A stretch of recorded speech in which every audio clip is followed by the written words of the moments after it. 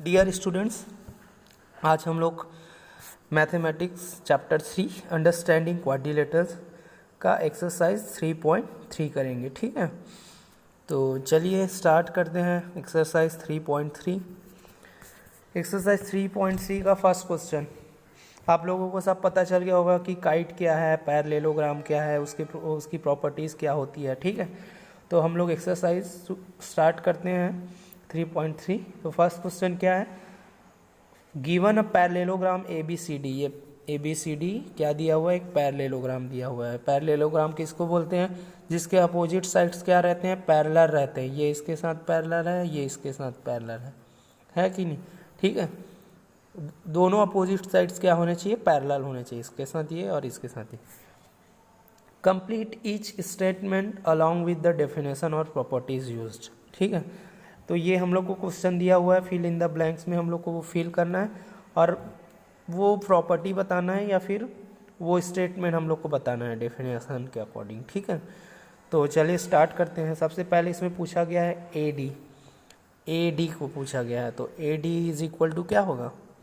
चलिए अब हम लोग इसको सॉल्व करते हैं। ठीक है, तो AD सबसे पहले क्या पूछा गया है, AD, तो A to D, AD किसके इक्वल होगा, BC के इक्वल होगा, क्योंकि इसमें अपोजिट साइड्स भी क्या होते हैं, इक्वल होते हैं। ठीक है, तो AD किसके इक्वल होगा, BC के इक्वल होगा। ठीक है, since opposite sides of a parallelogram are equal, ये हम लोगों ने पढ़ा था कि पैरेलल तो होते हैं लेकिन इक्वल भी होते हैं। ठीक है, तो AD किसके इक्वल हो जाएगा, BC के, तो इसमें क्या आएगा, BC आएगा। ठीक है, उसके बाद एंगल DCB, एंगल DCB मतलब ये एंगल DCB, ये वाला एंगल किसके इक्वल होगा, अपोजिट एंगल्स भी क्या होते हैं, इक्वल होते हैं। ठीक है, तो ये वाले का अपोजिट क्या होगा, ये वाला होगा। ठीक है, तो एंगल DAB आएगा। ठीक है, इसके इक्वल होगा। ठीक है, तो क्या आएगा इसमें, एंगल DAB, DCB के इक्वल कौन सा एंगल, DAB, ये एंगल। ठीक है, ये एंगल के इक्वल है।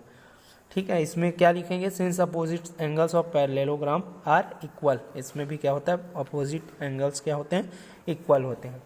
थर्ड देखो OC का है, OC। ठीक है, तो OC के इक्वल कौन सा होगा, OA होगा। हम लोगों ने पढ़ा था डायगोनल्स बाइसेक्ट हो जाता है, जब इंटरसेक्ट करता है तो डायगोनल क्या हो जाते हैं, बाइसेक्ट हो जाते हैं। ठीक है, बाइसेक्ट कर लेता है एक दूसरे को। ठीक है, ईच अदर, तो OC O to C क्या हो जाएगा, OA के इक्वल हो जाएगा, तो इसमें क्या आएगा, OA आएगा। और क्यों आएगा, क्योंकि since diagonals of parallelogram bisect each other, bisect मतलब इक्वल पार्ट्स में, 2 इक्वल पार्ट्स में डिवाइड कर देता है। ठीक है, तो ये इसका इक्वल पार्ट ये वाला होगा। ठीक है, तो इसमें क्या आएगा, OA। Fourth, measure of angle DAB plus, मतलब ये वाला एंगल DAB, ये वाला एंगल जो बीच में लिखा रहता है वही वाले पे एंगल बनता है। ठीक है, तो A है तो A पे एंगल बनेगा। ठीक है, DAB plus measure of angle CDA मतलब ये वाला एंगल, मतलब ये वाले एंगल को और ये वाले एंगल को प्लस करेंगे। तो हम लोग को पता है कि एक के बाद अगर दूसरा एंगल है पैरेललोग्राम में तो उसको बोलते हैं एडजेसेंट एंगल बोलते हैं, और एडजेसेंट एंगल इसमें क्या होता है, सप्लीमेंट्री होता है, मतलब 180 डिग्री होता है। ठीक है, ये एंगल और ये एंगल को प्लस करेंगे तो 180 डिग्री होगा, ये एंगल और ये एंगल को प्लस करेंगे तो भी 180, ये एंगल को करेंगे तो भी 180, वैसे ही इसको भी और इसके साथ तो भी। तो ये और ये एंगल क्या है, सप्लीमेंट्री है दोनों एंगल, तो दोनों एंगल क्या हो जाएगा, 180 डिग्री हो जाएगा, इक्वल हो जाएगा। ठीक है, अब देखते हैं क्वेश्चन नंबर 2। ठीक है, अब क्वेश्चन नंबर 2 में क्या है, consider the following parallelograms, find the values of the unknowns XYZ। हम लोग को ये इतने पैरेललोग्राम्स दे दिए गए हैं, इसमें से हम लोग को XYZ की वैल्यू हम लोग को फाइंड करनी है। ठीक है, note for getting correct answer, read 3 degree is equal to 30 degree in figure. अच्छा हाँ, ठीक है, तो चलिए स्टार्ट करते हैं फर्स्ट क्वेश्चन से। ठीक है, फर्स्ट फिगर क्या दिया हुआ है, ऐसा दिया हुआ है जिसमें X की B एंगल ये वाला दिया हुआ है, कितना दिया हुआ है, angle B 100 degree, X find करना है, Y फाइंड करना है और Z। ठीक है, तो हम लोग क्या करेंगे, पहले हम लोग क्या करेंगे, X फाइंड करते हैं। ठीक है, तो X फाइंड करेंगे तो हम लोग को पता है कि एडजेसेंट एंगल, ये एंगल और ये एंगल पैरेललोग्राम में दोनों को प्लस करेंगे तो कितना डिग्री का इक्वल होगा, 180 डिग्री होगा। तो हम लोग एक काम करते हैं, एंगल बी और एंगल सी को प्लस कर देते हैं। तो 100 प्लस क्या हो जाएगा, एक्स हो जाएगा। ठीक है, पहले angle B plus angle C, और ये किसके इक्वल होगा, इन दोनों एंगल को एडजेसेंट एंगल सप्लीमेंट्री होता है, मतलब 180 डिग्री, तो इसको 180 डिग्री लिख लेंगे। ठीक है, अब एंगल बी की वैल्यू कितनी है, 100 डिग्री, और सी की वैल्यू एक्स है, और इज इक्वल टू क्या आ जाएगा, 180 डिग्री। अब 100 डिग्री को इधर ट्रांसपोज कर देंगे तो ये प्लस में है, वो क्या हो जाएगा, इधर आके माइनस में हो जाएगा। तो 180 degree minus 100 degree is equal to क्या आ जाएगा, 80 डिग्री। तो x की वैल्यू कितनी आ जाएगी, 80 डिग्री। ठीक है, x निकल गया। अब y फाइंड करना है हम लोग को। ठीक है, और एक इससे पहले हम लोग y फाइंड करने से पहले क्या देखेंगे, ये x की वैल्यू हम लोग को पता चल गई 80 डिग्री। ठीक है, तो ये इसके अपोजिट एंगल्स भी क्या होते हैं, इक्वल होते हैं। ठीक है, तो x के साथ कौन सा इक्वल होगा, z होगा। तो x is equal to z is equal to क्या हो जाएगा, 80 डिग्री, मतलब x भी 80 डिग्री और z भी 80 डिग्री आ जाएगा। ठीक है, क्यों आ जाएगा, क्योंकि since opposite angles of parallelogram are equal, ये अपोजिट एंगल्स क्या होते हैं, इक्वल होते हैं। ठीक है, अब हम लोग को क्या निकालना है, y की वैल्यू। y की वैल्यू ऐसे वो भी ऐसे निकल जाएगी, इसके अपोजिट ये है, ये भी अपोजिट एंगल है कि नहीं, 100 डिग्री के साथ y क्या है, अपोजिट एंगल, तो ये y इज इक्वल टू क्या आ जाएगा, 100 डिग्री। तो ये भी हम लोग को पता चल गया, since opposite angles of parallelogram are equal, ये इसके साथ इक्वल, ये इसके साथ इक्वल। ठीक है, फर्स्ट क्वेश्चन हो गया। सेकंड देखते हैं इसी का। सेकंड ये दिया हुआ है, ये एंगल दिया हुआ है 50 डिग्री, एक्स वाई फाइंड करना है और जेड फाइंड करना है। ठीक है, तो हम लोग सबसे पहले देखते हैं एक्स की वैल्यू निकालते हैं। एक्स की वैल्यू कैसे निकालेंगे, एडजेसेंट एंगल को हम लोग प्लस करेंगे तो 180 डिग्री का इक्वल होगा, इसको और इसको प्लस कर देते हैं। चाहे तो वाई की वैल्यू भी हम लोग ऐसे निकाल सकते थे एडजेसेंट से। ठीक है, तो पहले हम लोग एक्स की वैल्यू निकालेंगे, तो x plus 50 is equal to हो जाएगा 180। आप 50 को इधर ट्रांसपोज कर दोगे तो 180 माइनस 50 क्या हो जाएगा, 130 डिग्री। तो एक्स की वैल्यू कितनी आ गई, 130 डिग्री। अब अगर एक्स 130 डिग्री है तो इसके अपोजिट में कौन सा है, वाई, तो वाई भी किसके इक्वल हो जाएगा, किसके इक्वल हो जाएगा, ये भी हो जाएगा 130 डिग्री हो जाएगा वाई भी।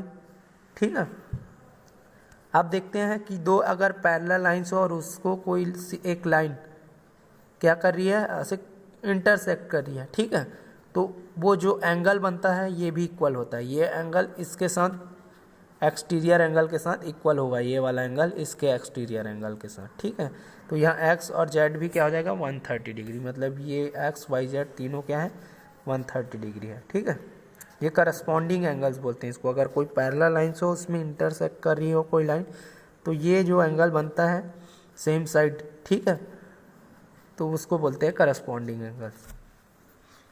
अब देखते हैं क्वेश्चन नंबर 3। ठीक है, इसमें क्या क्या दिया हुआ है, जेड फाइंड करना है, एक्स वाई और 30 डिग्री ये दिया हुआ है। ठीक है, तो सबसे पहले हम लोग क्या करेंगे, ये ट्रायंगल बन रहा है। ठीक है, तो ट्रायंगल बन रहा है मतलब एंगल एक्स वाई और ये 30 डिग्री मिला के 180 डिग्री होगा। इंटीरियर एंगल का आप लोग को पता होगा, ट्रायंगल की प्रॉपर्टी इंटीरियर एंगल कितना होता है, 180 डिग्री होता है। तीनों अगर एंगल को प्लस कर देंगे, सम ऑफ ऑल इंटीरियर एंगल्स। ठीक है, तो 180 डिग्री होता है तो तीनों को प्लस कर देते हैं और 180 डिग्री का इक्वल ले लेते हैं। ठीक है, एंगल सम प्रॉपर्टी से। अब ये 30 दिया हुआ है, वाई पता नहीं, ये पता है हम लोग को। देखो अगर ये एंगल सीधे ऐसा बन रहा है मतलब ये कितने डिग्री का होगा, 90 डिग्री का होगा। ठीक है, तो एक्स के प्लेस पे हम लोग क्या रख देंगे, 90 डिग्री। तो 90 प्लस 30 क्या हो जाएगा, 120 डिग्री, और ये तीनों मिला के 180 डिग्री का इक्वल होगा। ठीक है, तो अब 120 को प्लस है तो इधर जाके क्या हो जाएगा, माइनस हो जाएगा। तो y इज इक्वल टू क्या हो जाएगा, 180 minus 120 degree is equal to y is equal to क्या आ जाएगा, 60 डिग्री। ठीक है, अब ये 60 डिग्री है। अब देखते हैं इसमें भी अपोजिट एंगल बन रहा है, ये वाला एंगल इसके साथ अपोजिट है। ठीक है, मतलब ये वाला एंगल पूरा इसके साथ इक्वल होना चाहिए। तो अगर यहाँ से एक सीधी लाइन नहीं है, डायगोनल है, तो ये अगर ये एंगल है तो वो इसके साथ इक्वल होगा, और ये एंगल जो होता है इसके साथ, और ये पूरा एंगल जो होता है इसके साथ इक्वल होगा। ठीक है, तो y के इक्वल क्या हो जाएगा, एंगल z हो जाएगा। ठीक है, तो y की वैल्यू कितनी आई है, 60 डिग्री, तो जेड की वैल्यू भी क्या आ जाएगी 60 डिग्री। ठीक है, अब फोर्थ वाले को देखते हैं। फोर्थ वाले में हम लोग को फाइंड करना है एक्स वाई जेड। अब तो सबसे पहले हम लोग एक्स की वैल्यू निकालते हैं, और उसको कैसे निकालेंगे, एडजेसेंट एंगल से। एक्स को ले लेते हैं और 80 को ले लेते हैं, कंटिन्यू आ रहा है एंगल, मतलब दोनों एडजेसेंट एंगल है एक्स और 80 डिग्री। ठीक है, तो हम लोग क्या करेंगे, इसको और इसको प्लस करेंगे, एक्स और 80 को, और 180 के इक्वल ले लेंगे। ठीक है, तो ये क्या हो जाएगा, x is equal to 180 minus 80 हो जाएगा, ये इधर चला जाएगा, तो x की वैल्यू कितनी आ गई 100 डिग्री। अब इधर देखिए कि हम लोगों ने ये पढ़ा था कि अगर ऐसा कोई एंगल होता है तो ये एक्सटीरियर एंगल उसके जस्ट अपोजिट साइड जो एंगल होती है उसके इक्वल होता है। तो ये क्या हो जाएगा, z और 80 डिग्री इक्वल हो जाएगा, तो मतलब z is equal to 80 degree आ जाएगा। अब ये एंगल 80 डिग्री इसके अपोजिट साइड, ठीक है, ये एक्सटीरियर एंगल के लिए था जेड वाला। ठीक है, जो एक्सटीरियर एंगल होता है पैरेललोग्राम का, उसके जस्ट सामने वाला एंगल क्या होता है अपोजिट साइड में, वो उसके इक्वल होता है। अब इसमें क्या होता है, ये अपोजिट एंगल y और 80, इसलिए ये भी इक्वल हो जाएगा। ठीक है, क्यों, क्योंकि अपोजिट एंगल्स आर इक्वल।